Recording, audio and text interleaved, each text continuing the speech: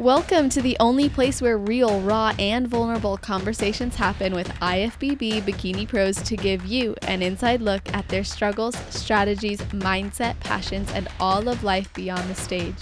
This podcast is made to inspire, motivate, and remind competitors and the average gym goer that even the most extreme lifestyles and elite athletes have their ups and downs. Thank you so much for tuning in today.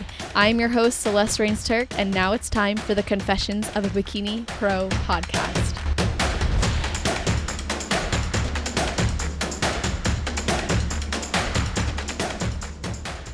Here we are for the final episode of the exclusive Coaches Week. I really hope you have all enjoyed this feature as much as I have, and I can't wait for you to all hear it.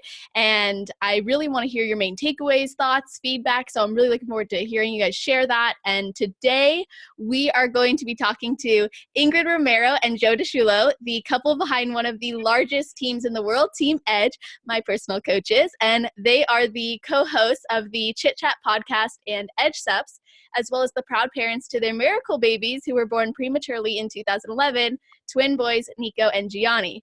Ingrid became an IFBB Bikini Pro when she won the overall at the Arnold Sports Festival in 2010.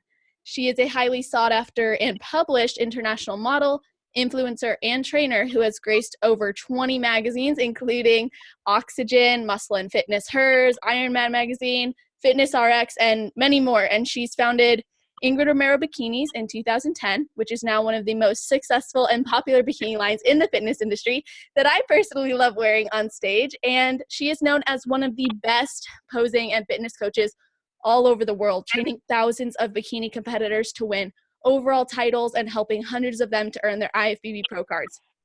Joe has over 20 years of experience in the industry, coaching thousands of bikini and figure competitors to win overall titles and the prestigious status of IFBB Pro as well, along with helping lifestyle clients and athletes worldwide to improve their quality of life and achieve the body of their dreams. He's been internationally recognized as one of the industry's top training and nutrition coaches with a background in nutrition and kinesiology, along with several certifications, including NASM, APA, and AFPA. I am so happy to have you both here. How are you guys doing? We are doing great. Thank you so much for having us. We are very excited to share our knowledge with the world, and you have a great platform. So I want to thank you for doing so much positive change in the world, which is much needed. So I'm looking forward to this conversation, and you just make me happy, Celeste. I was a little bit of in a grumpy mood, and I'm just like completely turned around now. I always feel that way when I'm talking to you. I love it, and I'm just really happy you're both here, and I'm especially excited because you two are my coaches and have brought so much to my life that I'm just excited to have you guys sharing that with others. And we have some awesome topics, that we've planned out for the listeners and to give everybody an idea of how this Coaches Week work in case they're just now tuning in. We're going to start with a philosophy round, then we're moving into hypotheticals round, followed with rapid fire questions. So throughout the conversations, the topics I've got planned may come up, but if they don't, we'll bring it up at the end. So you guys ready? Yep, let's do this. Okay, cool. So what would you say your coaching philosophy is? My coaching philosophy is try to find what works for the individual. I think that there's so many different types of philosophies out there. There's so many different training styles, nutrition styles, and I also think that we have to figure out what it is that the client's doing. If it's for competition prep, if it's just lifestyle, that would kind of determine what approach we take. I personally am not a big fan of if it fits your macros for competition training.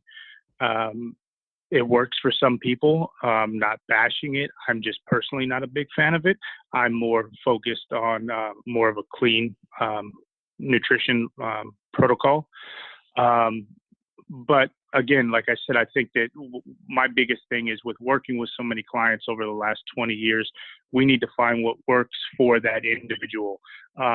Because if we're providing a nutrition program that does not work for that individual, or they're not comfortable with, or their body's not responding well to, then we're not going to achieve the results that we're looking for. So working closely with the client to find what's going to work best for them is really my philosophy. I love that. And I'm really excited to dive into a little bit more on your opinion on the, like if it fits your macro is not so much for competition prep, and that is going to come up for sure. So something else I wanted to bring up with you guys is like, what kind of mental, physical, and even emotional toll does coaching take on you, and how do you handle those types of demands? So you can start with your experience, Joe. Sorry about That's okay.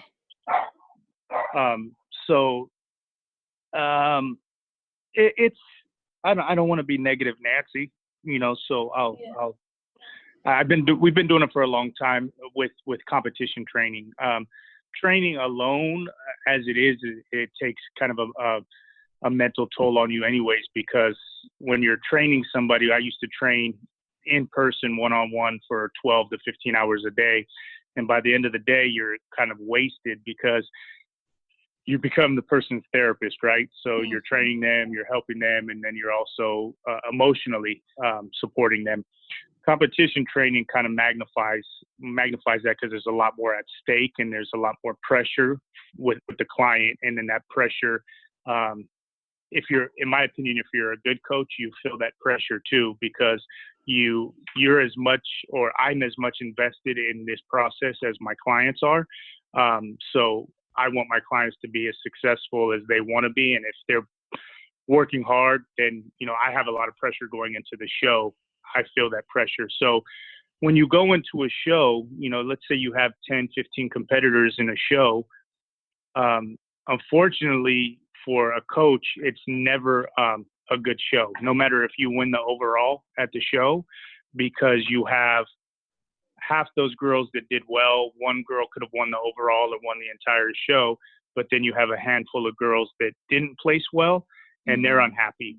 So you're kind of being pulled in multiple directions and multiple different types of emotions at play, and you're trying to manage all of those emotions. And you got girls that are crying, which is understandable, but you got girls that are crying, that are pissed off, that are all of these things. So at the end of the day, it's Ingrid and I on a Sunday will come home from a show and literally just be in bed because we're zapped of our energy is just zapped. So that's that aspect of it. But from an overall standpoint, it can be emotionally exhausting. And the thing that and this isn't everybody, but the thing that I come from a sports background. I've had coaches my entire life, and this sport is a little bit different than any other sport, because what happens a lot of times is when the athlete doesn't do well, it's the coach's fault. But when the athlete does well, it's their hard work. It got them to that point. And that's not, I'm not saying that's across the board, but those are the things that are kind of hurtful to a coach, because clients forget that coaches have, feelings too, So, like I said earlier, it has to be a team effort with the coach and the client. In order for it to be a successful marriage or a successful process, it has to be a team effort, and you guys, you have to work together to be successful. So in the good times and the bad times, it's both of us, but it doesn't always work out that way. Yeah. And that brings up a really good point, because I wanted to dive in with you guys on like kind of the negative things that can come up and the positive things that can come up throughout this industry and being a competitor, and how there are some negative undertones in posts from other coaches and competitors when it does come time where you're celebrating, or when you're kind of upset over maybe a result that you didn't get. So what kind of things, like how do you handle that when you see that online? So by this time, we've been through so much of that because being one of the biggest teams, you're going to be, people are going to have a little bit of jealousy towards you, especially other coaches. So they will make posts directly impacting our team. And they won't say the name, but you can totally tell is for us. We kind of understand that happens. And right now, we're at a point where we just move forward. We honestly don't let it affect us at all. And I have been affected by this and by clients at times. But at this point in life, I kind of let it go really quick because it has taken me down in kind of like I could not get over. I'd be days and days thinking about what this client did to me, and I can't live like that. So I have learned to be strong and just move forward. And I also wanted to, Joe will touch this a little bit more, but I wanted to talk about before when somebody has a bad experience at a show, because sometimes they do have bad experiences. The judge is not looking at them. They felt they worked so hard and they didn't even look at them, or they just had, a little fight backstage with another competitor, or the tanning wasn't right. And all these things can happen at a show. But I have to say, I have seen clients go through all of these feelings and then recover from it and work so hard to make it better for the next show that have really flourished after all. So, it's like I made a post actually yesterday about this, about how when there's obstacles, you can really overcome it if you really, focus on the positive and move forward and don't let it affect you throughout, carry it away weeks after weeks after weeks, because we have clients that just cannot let it go. And so I guess it's a little bit of everything. I'm kind of going around and around, but No, it makes basically like sense. everything in life, obstacles, they're going to be there. And you just have to face them and make sure you don't lose your motivation and your self-confidence because of those obstacles, because you're stronger than what a judge can say or what just honey. And there is ways of making this better. Those are really great points. And something that I was wondering for Joe too is like, do you ever get pressure, I guess, not just from girls, like if they don't do well or even if they do well, but online, like, because I don't know how to word this question, but basically, like, do you ever feel pressure to be more active on social media? No. Well, no, it's because I'm not active on social media. No, I don't feel pressure. I learned a long time ago that you have to do what makes you happy, and social media does not make me happy. From a job standpoint, should I be more active on social media? I absolutely should. But going back to the question that you just asked, the reason why I am not on social media is because the abundance of negativity that's on social media, and I refuse to play into that, and I won't deal with it. When I was more active on social media, it was negatively affecting me. Because again, I'm a very thick-skinned person. There's not much that bothers me. But, it gets to a point where, certain things can kind of get to you eventually. And I'm a certain type of person, and I don't believe in tearing people down, no matter how much somebody or something has done, no matter how bad somebody has been to me. I will just put that person out of my life as opposed to trying to tear them down, especially in a public setting. So I don't believe in it and I don't condone it. Therefore, I stay away from it. And there's an abundance of it on social media. And that's why I stay away from it. Awesome. I love that. Yeah, it really is great that you're living that message of like doing what makes you happy and being really, really confident in doing that and following what makes you happiest and what is right for you. So what do you think then makes a coach a good coach? Well, first and foremost, I think that it's, I think the reason Ingrid and I have been successful from start is caring, doing things from your heart. as opposed to doing things for money.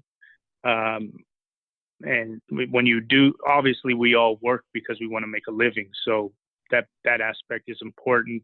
But I believe that when you do things from your heart and you do things with the right intentions, the business will come. So I think the biggest thing, what makes somebody a good coach is being a caring person, doing things from your heart, and investing into the client. And that's what's hard, because you invest into a client, which Ingrid and I do very much so, sometimes to the point of, too much sometimes. So you invest in a client, and it doesn't always work out the way it should, so we also have to be careful and protect ourselves, because with so much investment in something, when things turn into a bad situation, it negatively impacts us, if that makes sense. Oh yeah, makes total sense.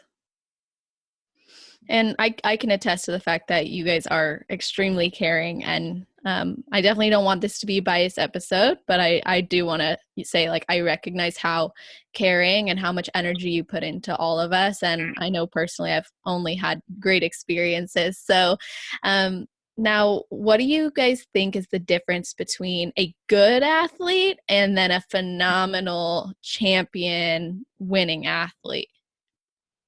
Genetics. Yeah. No, ultimately it's true. You can take, at the highest level of being a competitor or any sport, what takes somebody from a phenomenal athlete to the best is, in my opinion, genetics. LeBron James isn't LeBron James because he worked harder than the next person. That plays a factor, but LeBron James is LeBron James because he's 6'9", 200 and whatever pounds, can run faster and jump higher than anybody on the court, right? So I think that in this sport of bodybuilding, I think that at the end of the day, what takes you over that hump from being an amazing athlete to the best is having the genetic makeup for the sport.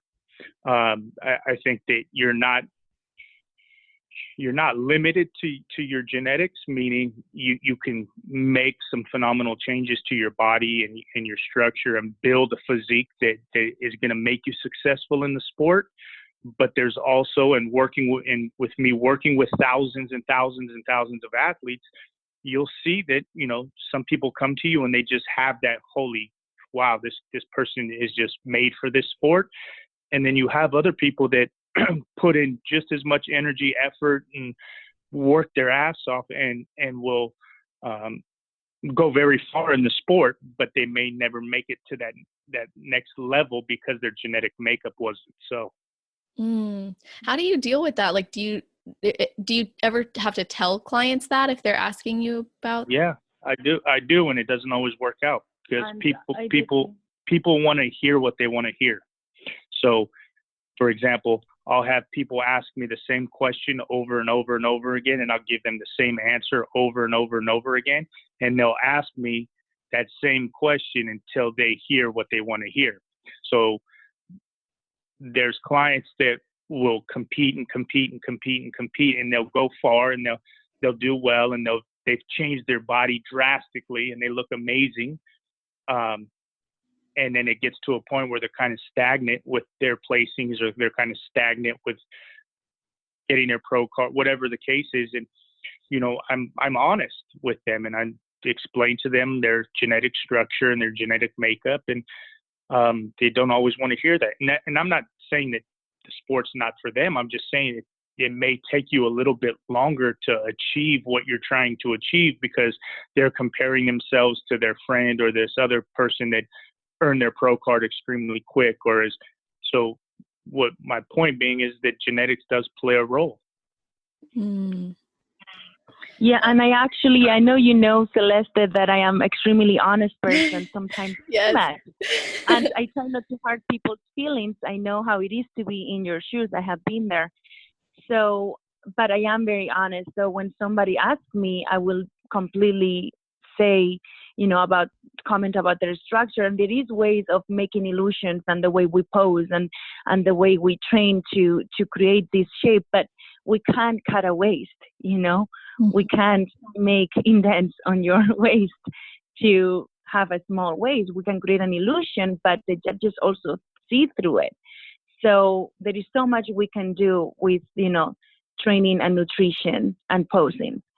And I believe most of the clients that go fast pros, super fast, it's happened to us. We've got clients do 2 shows nationals and they're pros.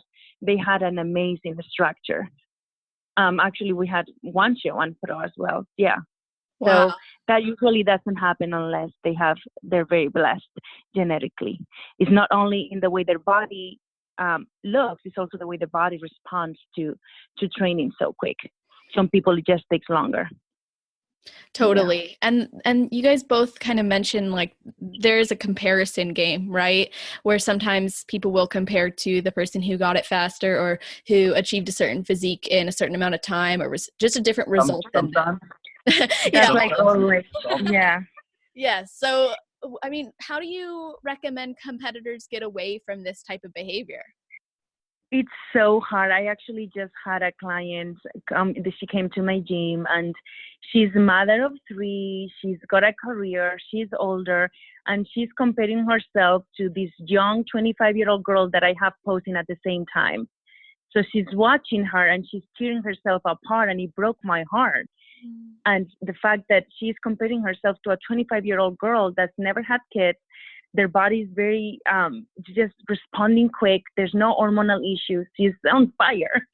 And it's very, very hard not to compare yourself when you're when you're about to compete in the same show with that girl. So you have to be just realistic with how far you can take your body and how long it takes to actually achieve the body of your dreams. So it's going to take longer for that month, for example. Well, I think that there's 2 things that I suggest people to do. Is one, if you're going to compare yourself, I mean, if you're comparing yourself to anybody, it should be to yourself. So when you're having one of those moments where you feel like crap and you don't feel like you're progressing or whatever, you compare your pictures to where you started, because it's very easy to lose sight of how far you've come, right? Because if you're 6 months into training, a year into training, whatever it is, we're only comparing what we look like a week ago or what we look like 2 weeks ago. We're not comparing what we looked like 6 months ago or a year ago when we first started this journey. So I tell people to look back at, this is when you first started your journey. Look at where you are today. There's a lot of progress. So that's number 1. And number 2, I truly believe that if you're competing and you're getting close to a show, you shouldn't be on social media, because it's human nature to want to try to compare or search who's competing and searching the hashtag of the show that you're doing and look and see who all the girls that are competing, so you can freak yourself out and all that. I mean, all that's going to do is cause more issues than help.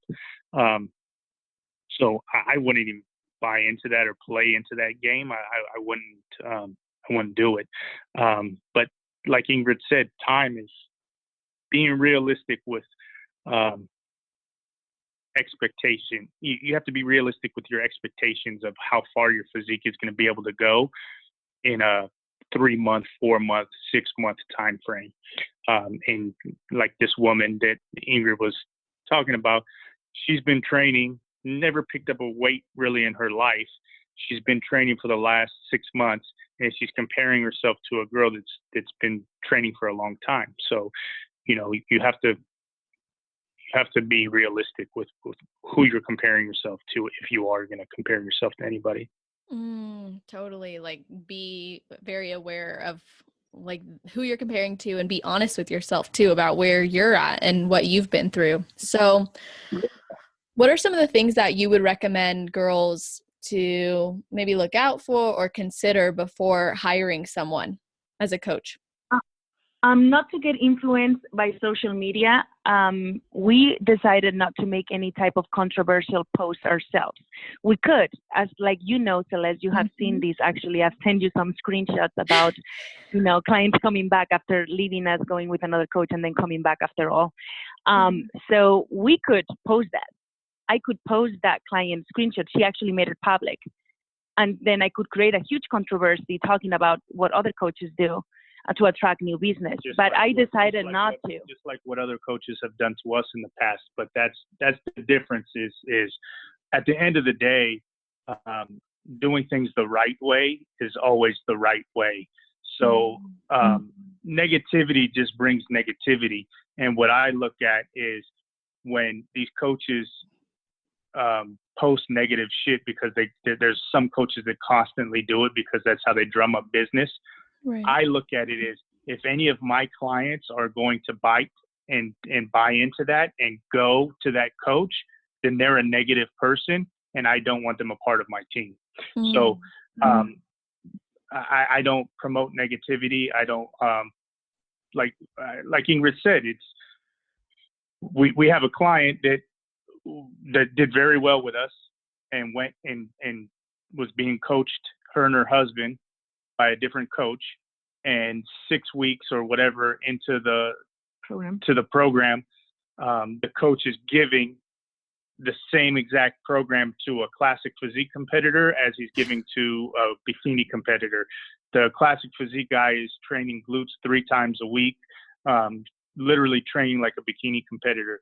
So there's a ton of that we get all the time, that clients will email us or new clients will come on board and this is what my previous coach had me doing. And I see this stuff all the time. A lot of starvation diets. But we see that the most, to be honest. But again, it is what it is, and that's their deal. And I don't pass judgment on anybody. I don't talk shit about anybody. That's just not my nature, and that's not what I do, and that's not how we've grown our business. So that's that. Right. Yeah. Yeah, you guys keep don't it real. get me wrong. Like, I get tempted sometimes, and I want to share, especially if that coach has talked negatively about us before, and now our clients are back from him. So I definitely would love to share that, but we decided a while back we're not going to do that, and it's been working for us because our team page is very positive. There's only encouragement. There's tons of tips, and like information to change your life, not to talk badly about somebody else. And there's a lot of information out there about coaches that tell you that you can eat donuts and you can eat cereal every day and you can do that. And then they'll post pictures of clients on stage turning IBB Pro, eating cereal every night. I think that's so wrong. And for the average person, they can't do that. Genetically, they can't. You want to talk about that, Joe, because you're very passionate about that part. Well, I'm not passionate about it. I'm just I don't believe in it. I think it's misleading. I think that you put everybody on that type of diet, and you're not going to see. This industry would be completely different if everybody was eating donuts and cereal. There wouldn't be bodybuilding. But I don't know if what people are doing. I do know that it may work for some people, and if that's the journey that they choose to take, then I'm all for it. And good, good for them. I just know what I've experienced, and I've, like I said, been doing this for a long, long time, and I don't believe in it. I'm not that I'm passionate about it. It's just my philosophy. Do you notice a difference, what is it that makes you go, okay, it's way better to do like a meal plan and clean eating into a competition than if it fits your macros? Well, again, I think that it depends on the individual, right?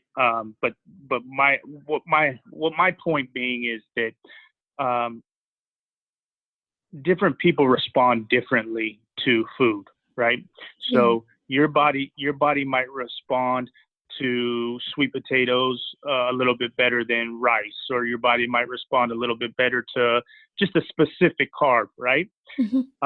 So let's not even say if it fits your macros where people are eating donuts and crap. Maybe if it fits your macros, but you're just calculating macros, but you're keeping it somewhat clean, right? Mm-hmm. For me, I can very easily just say, here, these are the macros that you want to follow for the day, follow them. But I'm not, as a coach, I'm not getting a full understanding of how your body is responding to specific foods, right? So as we're getting you ready for a show and we need to make sure you're filling out properly, or you're not going to bloat, because some people might bloat with certain different carbs or whatever the case is. My philosophy and my mindset is, it's better for me and the client to understand exactly how their body is responding to certain foods, because we'll be able to better prepare them the day of the show. So if I'm just providing macronutrients that I want you to follow, believe me, that's much easier for me to do.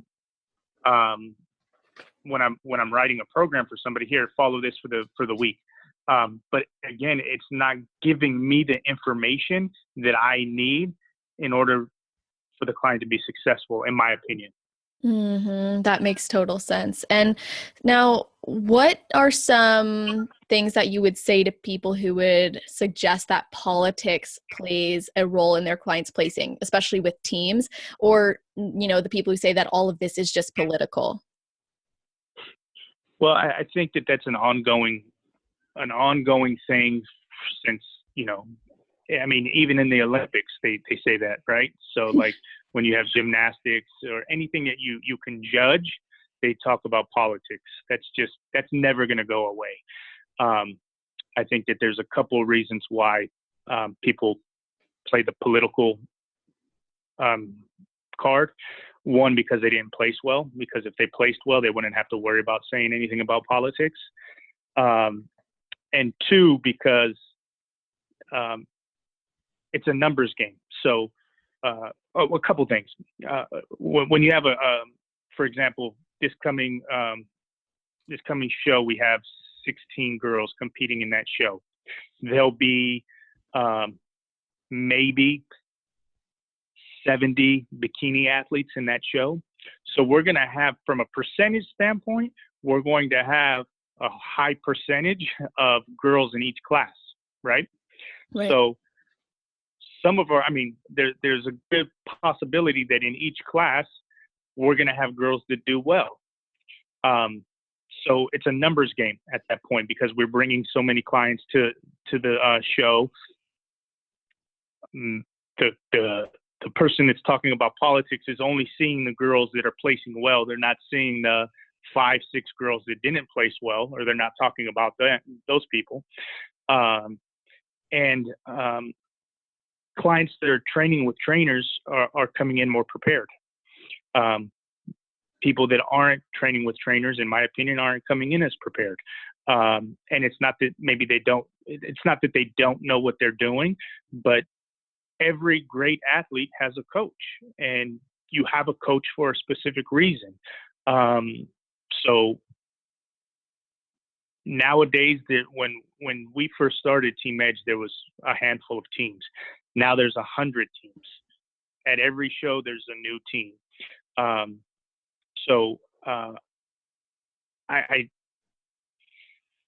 I don't know. I don't believe there's politics. I for a fact know there's not politics. There's a human element to judging, which maybe some people call it politics. But there is no way, shape, or form that somebody is winning a show because they're on Team Edge. Because, like I said, we got 16, 17 girls competing. I can guarantee you that those judges don't know who half of our clients are. When they're sitting at the judging panel, they're not looking up and saying, "Oh, that girl's on Team Edge," or "Oh, that girl's on Oto's Angels," or "Oh, that girl is," they don't know. Right. So what are some common misconceptions that people have when they come to you, whether that's for competition prep or training in general, or anything about shows? The one is like starvation. They feel they're going to be starved. And how we prep, we actually eat a lot. Yes. And we eat a lot. We have lots of carbs, a lot of clean foods. But Also, a lot of flexibility. We do meals we spice up our meals as well. So I think starvation is the number one. They think they're going to be in a low carb diet with like 900 calories. That's honestly everybody that we meet and we do a meeting with before they join. That's what they think. When we actually tell them that we need to eat more than what they're currently eating, they're shocked. And to be honest, it's a big of an adjustment to them to put so much food in their system. Sometimes it takes them a little bit to be able to grow to eat so much. So I always say, and I said this many times, that nutrition is so important and food is not the enemy. We make sure we eat lots of water. We make sure we don't cut our sodium. We definitely track it because we don't need to eat so much sodium, but we don't cut it completely. That's another reason. A lot of people would say, my coach not giving me any sodium. Well, we don't cut it. We do lots of water, like I already said about the water. We eat tons of fats, which they're not expecting to. The carbs is a big one. Carbs are fuel, and we need them. And there's like plenty of carbs that we can eat, like brown rice, quinoa, sweet potato, and they're also shocked about that. And right, Joe, about the carbs, lots of veggies. We need lots of veggies, and this is funny, but Joe just did this with our clients. They're sending us progress pictures, and we're not seeing the results that we should be receiving by now. So she's actually told our clients to start journaling. We do that with many clients, but she in particular, because she was swearing that like she was following the plan to a T. So we had her put it down, and then she realized what she was doing. These days she's having coffee cake. This other day she's like only fit 3 meals because she didn't have time. She was busy working. This other day she did her workout fasted. And so how are you going to respond if you're not following the plans? And sometimes you don't really realize. You just go every day, and you don't realize until you write it down. So it's very important to put your food down and keep a diary, just so you're in track with your training and nutrition. Even me as a competitor, I did it. And sometimes I was shocked that I only feed 4 meals. So it really helps you to stay accountable. And if you want to change your physique, I think it's very important to have a food journal. And then with the weekly check-ins, then even, more accountability. And the one thing we cut is sugar. So we cut on processed sugar, and this is very important. And people do go through a little bit of a craving process, and they, highs and lows through it because it's very addictive. And that's why we don't really believe in like donuts and stuff like that. So when we do refeeds, well, Joe believes that we actually have done a week. So we have 1 donut a week. But honestly, for our competitors, we do have flexibility, and we do have like, I wouldn't call it cheat meal. We call it refeed meal, where we have our clients go and have burgers and fries, and it totally works. And I prefer that over like donuts or churros. Yeah. But I do love churros. Yeah, I know. Me too. I do love them. When you consume a lot of sugar, like on a regular basis, you're just so less sensitive to sweetness. Now, I'm sure you know, and I know you know, but once you cut the sugar out and you have sugar again, you feel awful. Like you just feel like jittery, and you feel like you're so sensitive to sugar. And then once you have it, you want more. And so we try to like stay away from it for that reason. Totally. Yeah. And if I don't give this to my kids, because I want them to be healthy. So I'm careful how much cereal I give them. Fruit Loops are awesome and Lucky Charms, but I cannot give them that every morning. Why will I give it to a competitor? We're in healthy. We're trying to promote healthy living. Why am I going to give that to my competitor almost on a daily basis? That's not what we're about. So that's also, important that we touch that.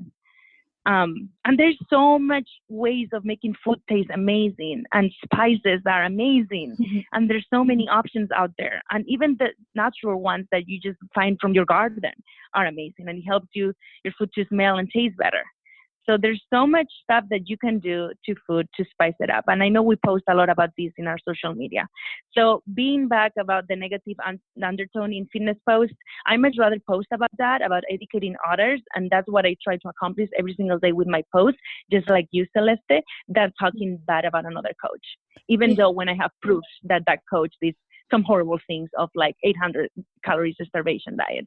And I have the proof, because if a client leaves me and comes back, I want to know what they've been doing. So they will send us their plans.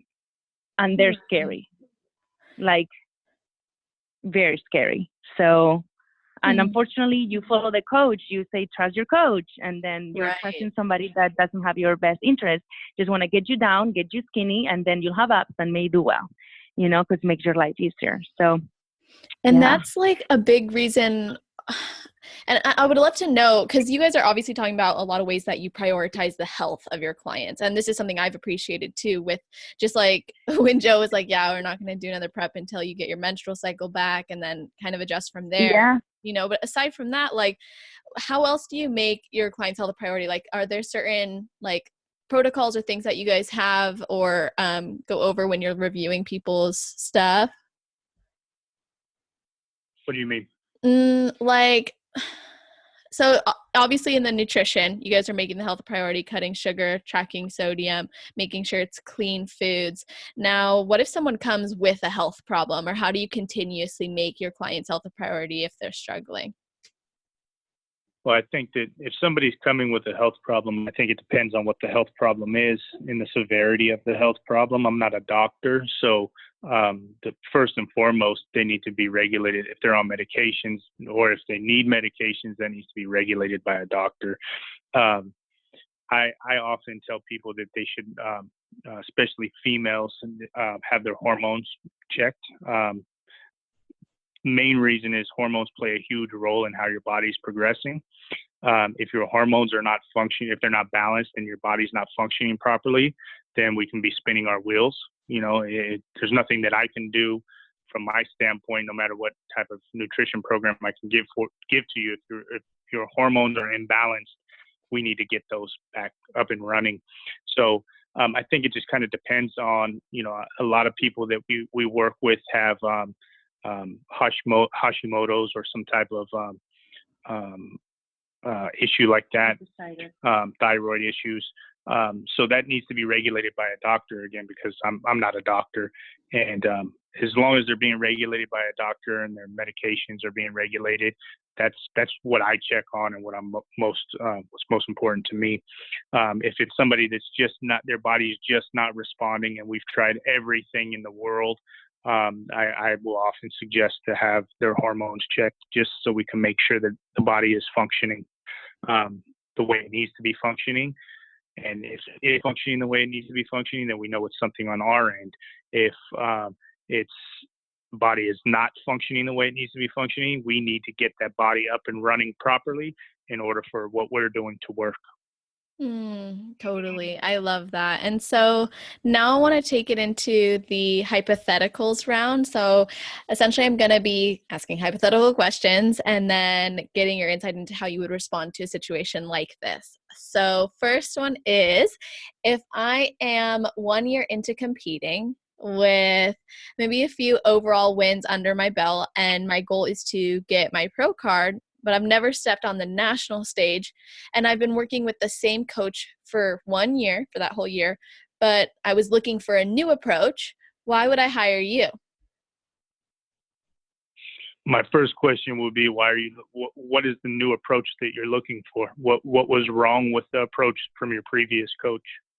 Because it definitely works. So if it works and that person is already ready to go to the national stage, why are you planning on changing? Because how I look at things is in a pattern for, and I'm not saying that, again, just from the beginning of this conversation, I stated I don't go on social media because I got to do what makes me happy. So a client should always do what makes them happy. But too often, clients leave coaches for the wrong reasons. And they're chasing something that is ultimately them, meaning um, they assume that because they haven't gotten their pro card fast enough, or they haven't done, if you've won a couple overalls, you're doing something right. So you haven't even stepped on a national stage yet. You've won some overalls. I would be there would be a red flag up as to what's going on with your current situation. Why are you unhappy? Because I want to make sure I can provide something to you that you're going to be happy with, because I don't want you to go from that coach to me, to another coach, to another coach, to another coach.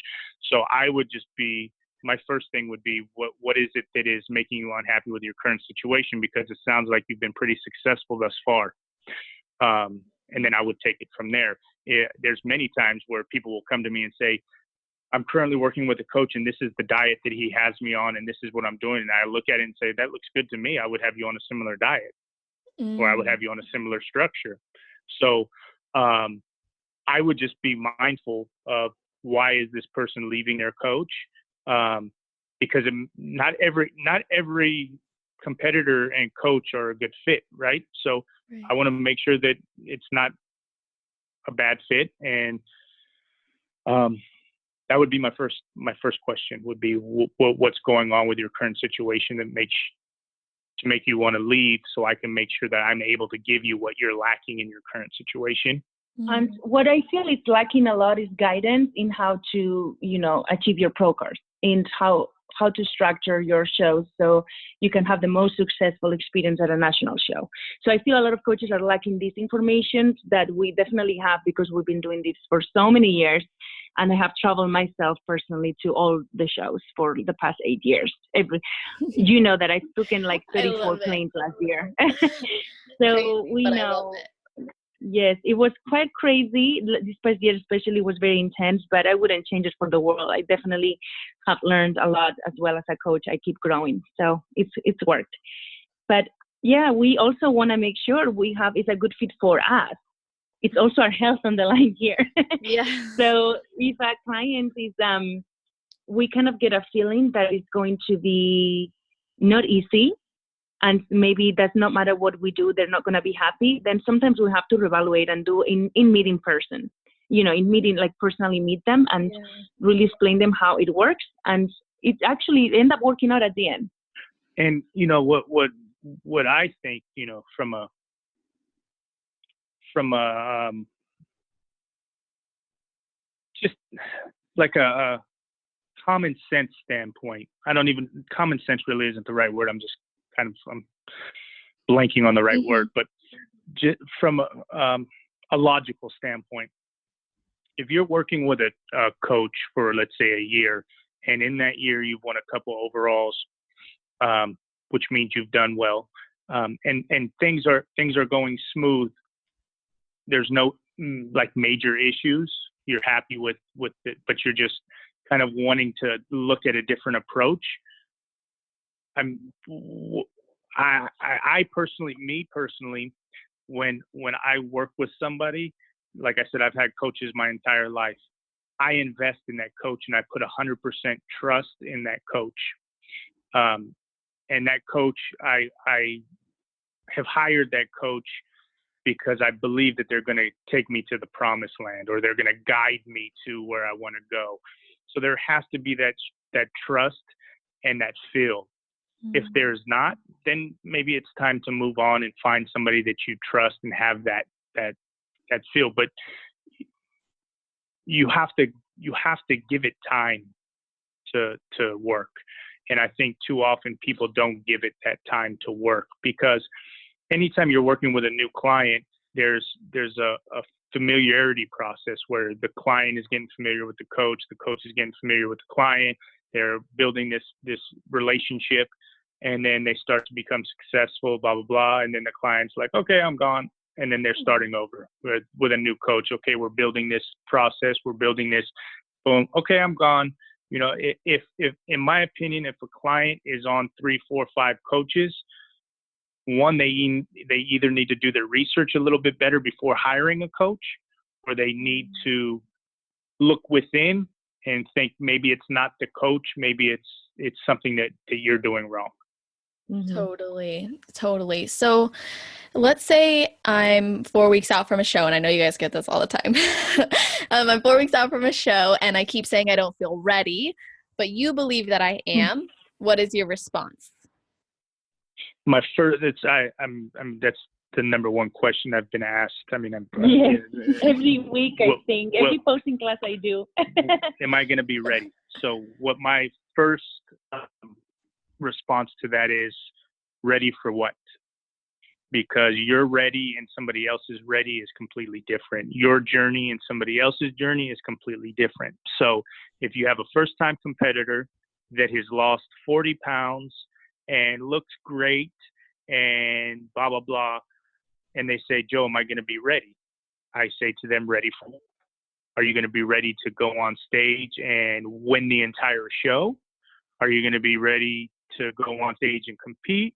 What most people are concerned with, especially their first time competing, what most people are concerned with, it may not be 100% dialed in, but they're still ready to compete, but they're not 100% dialed in. The biggest fear is going on stage making a fool of themselves.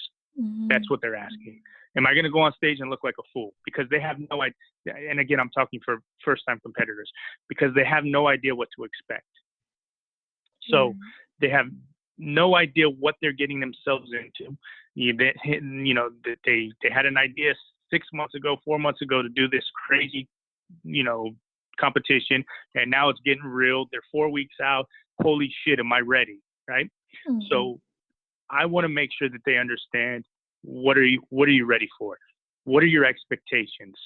Because if I can identify what their expectations are, then I can better explain to them how they're going to be ready.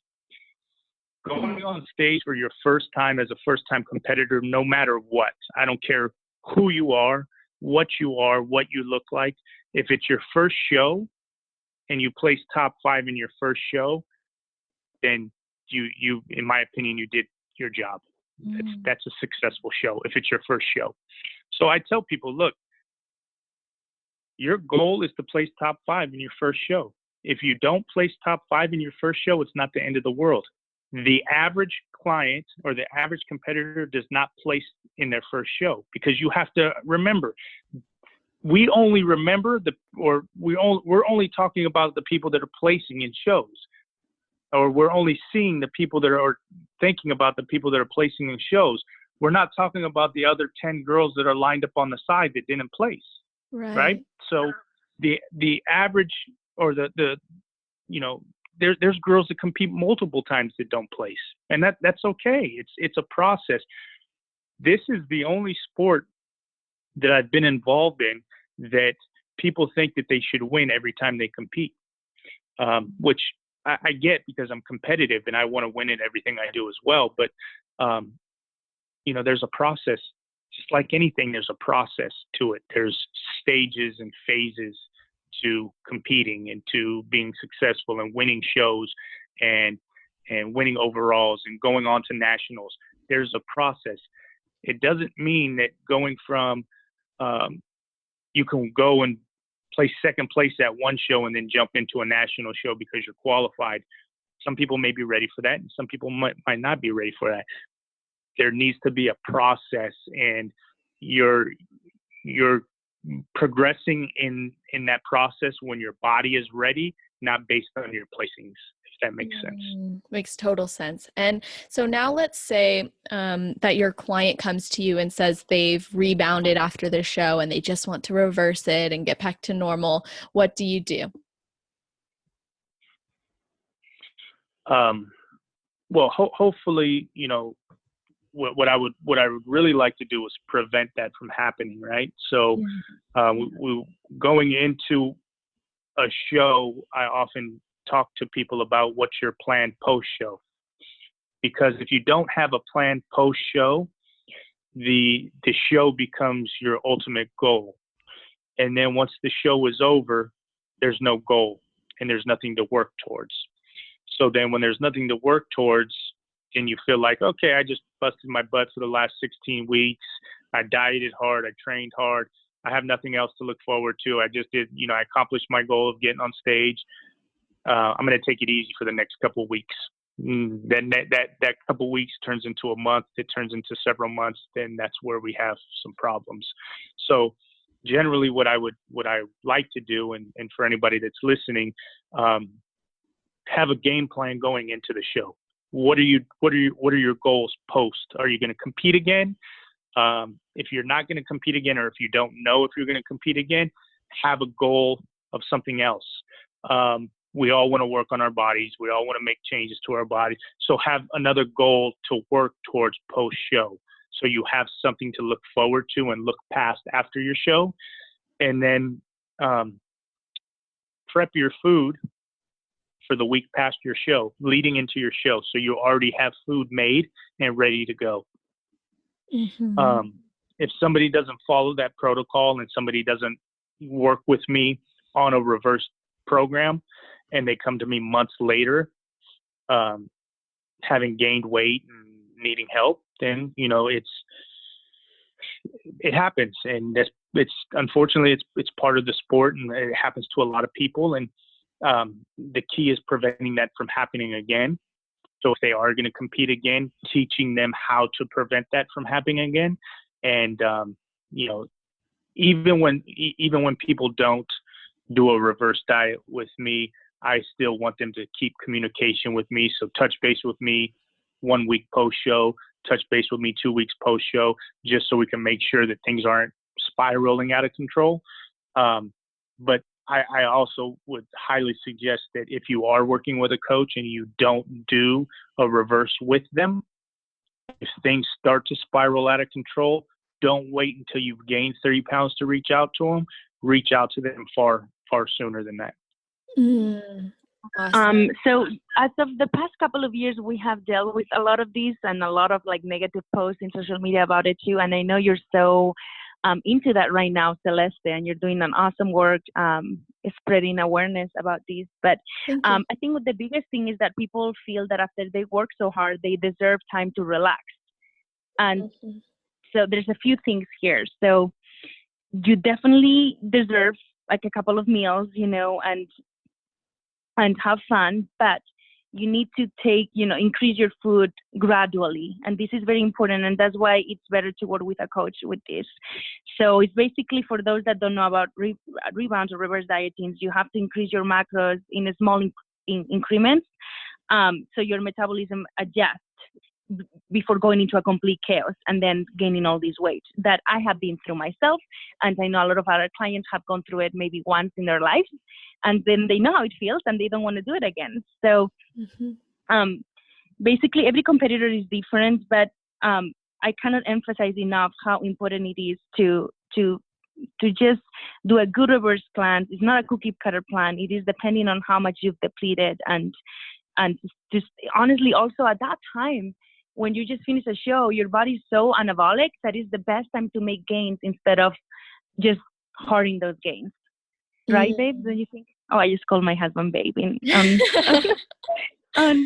the thing. But yes, so basically people think they need, they deserve time to relax, and of course they do, but for psychological and physiological reasons, and not to have this crazy mental burnout that I know you felt, Celeste, and I have myself. Just checking with the coach next day. That is the best advice that I can give. And enjoy your cheat meal or two and relax on the couch for a few days, but make sure you are back on track with your coach to have accountability again. And whether you had, because even when people do worse at shows, that even happens more. When they don't place well, then they really go down a roller coaster, and it's just, the show is over, and then they work so hard and they didn't do well. Like, I can feel the disappointment on their placement and on life, and on themselves.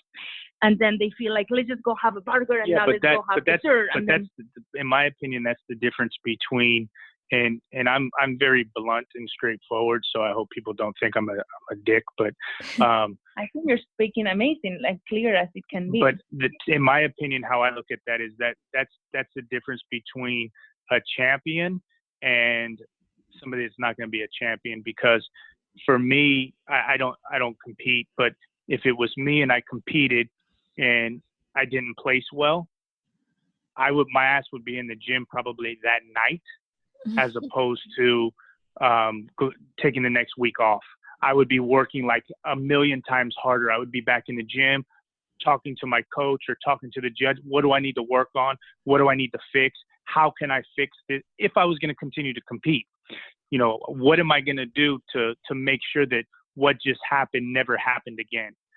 Because that's the type of person I am. So if you're going to be a competitor, people often forget that this is very much a sport, and you have to I treat every single one of my clients as an athlete. I've trained athletes my entire life. I've been an athlete, not my entire life, my entire adulthood.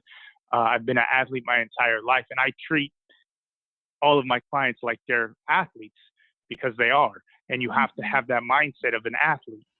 You have to have that mindset of pushing and pushing your body to extremes. And and it's a sport, and you're competing against other people that are doing that. And if you want to be successful and you want to step on stage and be in that first place spot, you have to do what other people are not willing to do. And I think we often forget that's what it's about. When I grew up playing basketball, and I played at a high level, I played college basketball, and I was doing in high school, I was doing what my friends were not willing to do to get to that level. I wasn't good enough genetically. I wasn't good enough to play, but at the highest level. But I realized that, and I was realistic with my expectations. But also, I was realistic with, I'm going to go as far as I want to go, and I need to work as hard as I can, especially because genetically I'm not 6'9", I'm not the fastest, I can't jump the highest. So I had to outwork all of those other people that were genetically blessed. So I think the approach has to be, look, man, I'm a competitor. We all everybody calls themselves a competitor. You're an athlete, and you have to approach it as an athlete, and you have to be diligent with your training and your food. And I feel that this happens a lot to newbie competitors, although it also happens to experienced competitors, because yes, Joe is very hardcore and like strict, but life gets in the way, and I can see how your mental sometimes gets, on the way, and you do rebound after being a very experienced competitor, where sometimes not so strong, and we give up, and that's happened to me as well. So I want to say that the more devastating part, though, it is when you've worked so hard for so long and you just tear everything down. Now all your hard-earned progress, it's gone. And I know a lot of people feel this way, and it's devastating. It's devastating for us, and it's devastating for the client. And it's almost like they can't control it, and it keeps spiraling down, spiraling, and to a point where like people don't want to go to the gym because they're embarrassed, or they don't want to leave the house, and then they get even more depressed. So I want everybody to know that the truth is that after show, you are not going to look like you look at the end of your prep. It is okay to gain weight, but you need to know how much weight is okay. So that's why a plan is important. And I know a lot of people want to be lean, and I love the lean for myself. I get ready for events or photo shoots now. I don't compete anymore, and I love that lean look. But the truth is, it's unattainable to look like that year round. And people really feel that they need to look like that year round, because they see that in social media. I think that social media gives a false sense of what is realistic.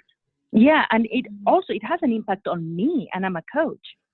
When I see girls that I'm in the industry and I have events with them, and I see them ripped to the bone year round, but how? That rarely happens, but how are they doing it? You want to know, And, the fact is there is a lot of stuff that people do to look like that, which it can play a toll in your health at the end. So we don't recommend that route, but you can look quite lean and be fitter than the regular person. When I go to do my hair, I'll be like, oh, I gained some weight to my hairdresser. And she's like, what? Where? So you are going to look fitter like the regular person. But I know it's going to be hard to look in the mirror and let the abs go. And it's like an ab show. It's like everybody's obsessed with abs.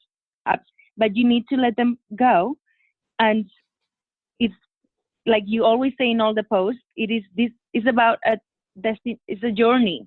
It's not just of, reaching that show. And then, no, it is a beautiful journey. And if you're planning to stay in the long haul, you gotta be smart and just really take care of yourself after the show. And if you think, you just don't let it go more than 3 days. Like, reach out to your coach and be back on track and make sure you make some serious gains throughout that process, because it's the most amazing time to make gains. So if people maybe see it that way, that actually is their time to make changes to their body, they may would do it more. Yeah. I agree. Cool. So I actually remember like the very first Team Edge workshop that I went to, or boot camp, was just awesome. And we all sat down at the beginning, I believe it was. And I remember Joe saying, like, you have to remember, no matter what, like, look around, you're still fitter than most of the population. And we just can't be so hard on ourselves. And I just, that's stuck with me since then. And I've always appreciated that, because it's given me so much perspective for how skewed we can see ourselves and how easy it also is to then justify certain things. So I don't know where you guys are at with time, but I'd love to do the rapid fire with you. Yeah, we have time. Go ahead. Okay, cool. So basically, you can answer it with one sentence or less, and then if you want to expand on some, we can. So first one, waist trainers. Hard one. Okay. I'm going to have to talk about this one because I have used them myself many times throughout the years. Celeste, I can tell you that Ingrid has no ability to do rapid fire. So there's going to be like a long answer. Yes, I'm going to. Rapid fire is quick. No, I have to say, no, that's like a very intense question. Yes and no, both. I don't recommend them for a long period of time, but to be honest, I have used them myself for photo shoot and it works. My waist looks smaller when I use them. Now I don't recommend them for a long time. Cool. I love 2 it. weeks max. That's it. That was rapid. And then this one we've already got covered. So it was if it fits your macros or clean eating. So clean eating. Okay, can I actually touch? I actually would like to touch base about that as well. I think whatever the client is going to work best with. That's my answer. Okay. Yes, and also we're talking about competitors right now, but we have actually our biggest part of the team is lifestyle training. We have more clients in our lifestyle division than contest prep. So because lifestyle is everybody, so everybody can be,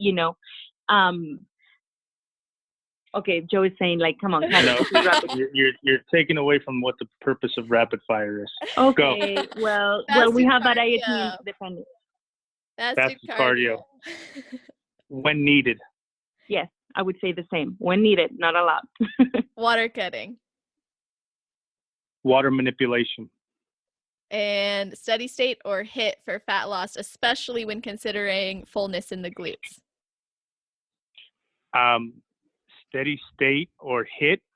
Yeah, cardio. I think that it's very funny that people, I'm going to expand on this because I think it's very funny when people think that running takes away from your glutes. And any coach that will tell you that is full of shit, because look at sprinters. Mm-hmm. Sprinters run all the time and they have glutes. Marathon runners, I'm not talking about marathon runners because that's a completely different, but when you're doing, like, people don't want to do sprints because they think it's going to take away from their glutes. People don't want to do HIIT because they think it's going to take away.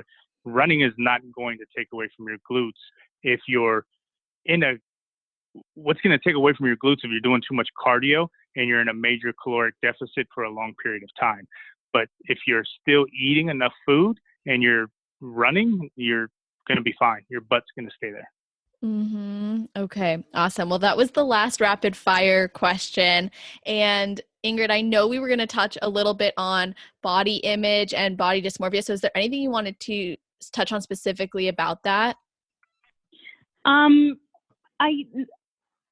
It's just, it's a very touchy subject because I'm also never, it's very hard for me to be happy with what I see in the mirror. And everybody will think, oh, you're in shape, you look great. But I still pick myself apart. So I think as women, we are just like this. I was like this since I was a teenager. And this is not something that came from competing. Actually, competing for me did the opposite.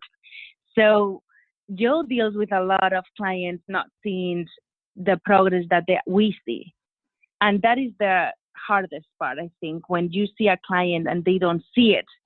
It's so hard. And then they'll win the show, but they don't see it while the process is going through. And it's very sad. But I guess it's part of what, we chose to do. And is there anything, babe, that you would say about, I mean, I could go on and on, but I know we don't have a lot of time about body image. I think it's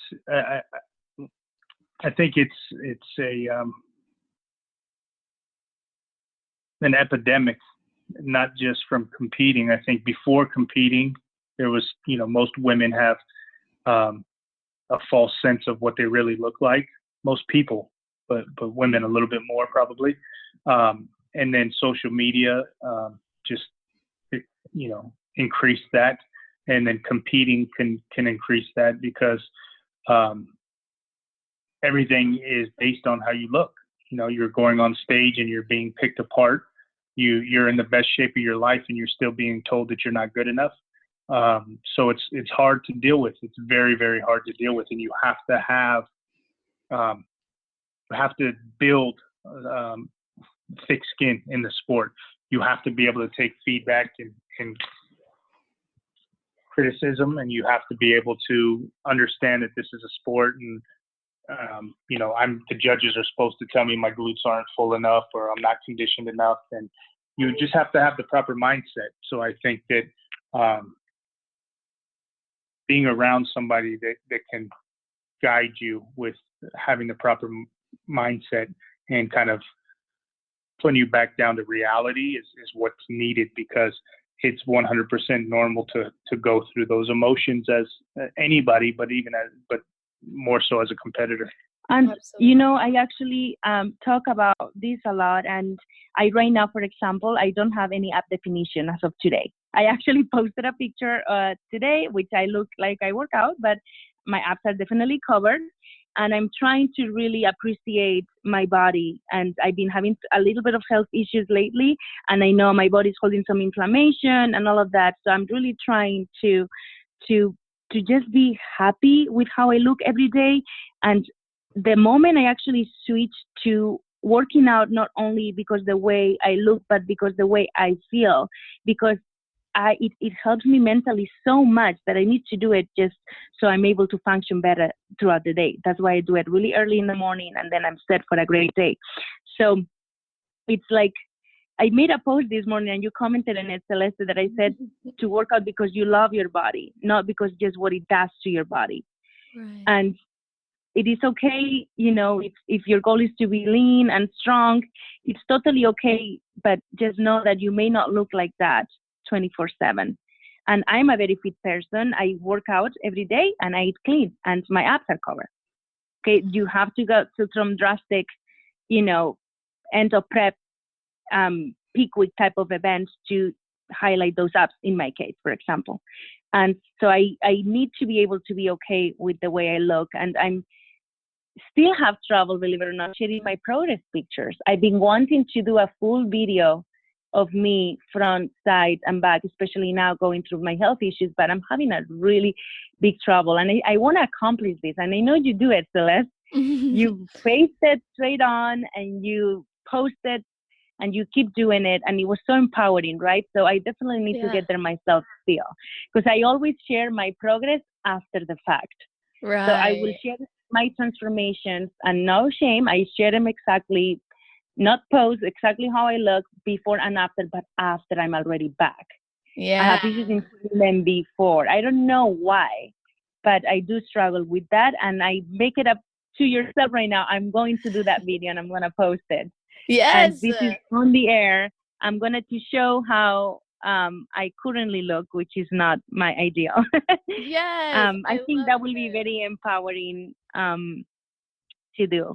And Yeah. because I do have a lot of bad body days as well, just like everybody else, and we need to appreciate that we're only human, and we have to appreciate what the state we're in, and health issues get on the way sometimes, and maybe I'm also eating too much ice cream, but yeah, I just wanted to say that even me as a coach, I struggle with things like that. Such great points. And I think that kind of goes back to of like, sometimes things will get in the way of life. And then also understanding that our identity is what's keeping us from maybe feeling confident in who we are. If we identify ourselves as somebody who's supposed to always be fit and in shape and like have lines and deep cuts and abs that show, of course, when that's not showing, we're going to feel like shit about ourselves. It's not going to feel good because, For sure. we think we have to. And then as soon as we, like you said about, working out because it helps you feel better and function at a higher level, then that puts the shifting onto how does actually our body function for us, and what can we love about our body for its function. And there's even some psychologists who would say that, to even call anything body image is out of line, because then you're literally perpetuating the body as something to make an image of at all. And I think that's a very extreme look, but it does give us great perspective to go, okay, well then we need to focus more on how does our body function for us, or what can I do to support my body in functioning at a higher level? And if I am going through health issues, addressing it, but being mindful throughout that process that I'm doing it in a way that is self-serving, not just for right now, but for my goals. And I think it would be awesome for you to share like the all the time, like the current, because it's empowering. Like when you do post like videos, or you show what you've been through or what you've overcome or the things that you've accomplished with your body as well. And I think it's also self-empowering and like self-freeing. It's like freeing, honestly, when you're just like, yeah, this is me and this is how I am. And okay, I can accept that this is my current situation, but I'm also willing to recognize that and make changes that need to be made, or to see, okay, why did this happen? And be honest. yes, absolutely. I definitely have to do it. I think I put a lot of pressure on myself because I am a coach, and people look up to me. My clients look up to me as well, but I'm just human like everybody else. And I struggle the same way they do. So I don't honestly talk about my weight often in social media, but I definitely think it's a topic that I need to start speaking, more often. So thank you for that, for sure. As I definitely do struggle with when I gain just a little bit of weight myself. Yeah. Oh, yeah. Which I don't actually weigh myself. It's all based on the way I feel and clothes and mirror. So, but yeah, just a few pounds will definitely affect me a little bit. So yes, I'm going to do it. And definitely I'm going to start this month. Actually, I'm probably going to do it before I leave for Spain. Woo! I will Yes. definitely look And it's forward going to to be that. very empowering. Oh, Yes. yeah. Nobody's perfect, and I'm ready to do it. And yeah, and if anybody has anything negative to say, well, they can go. Say it, say it and walk away, because I don't care either way. And yeah, I think that's awesome. I'm actually going to be really interested in hearing how that makes you feel as well. And yeah, that's going to be cool to witness. It's definitely scary to show my banana rolls, okay? It's That's the so one I'm worried scary. about.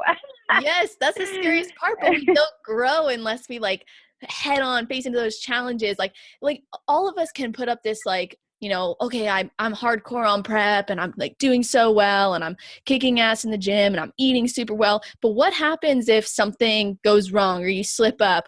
Are you able to face those challenges with the same amount of commitment and energy and acceptance and love and excitement for yourself? Because that's what's going to make us so much stronger as people and as athletes. I think you hit it on the head though, but because I think that more people need to stop focusing so much on what's going on the outside and focus more what's going on the inside.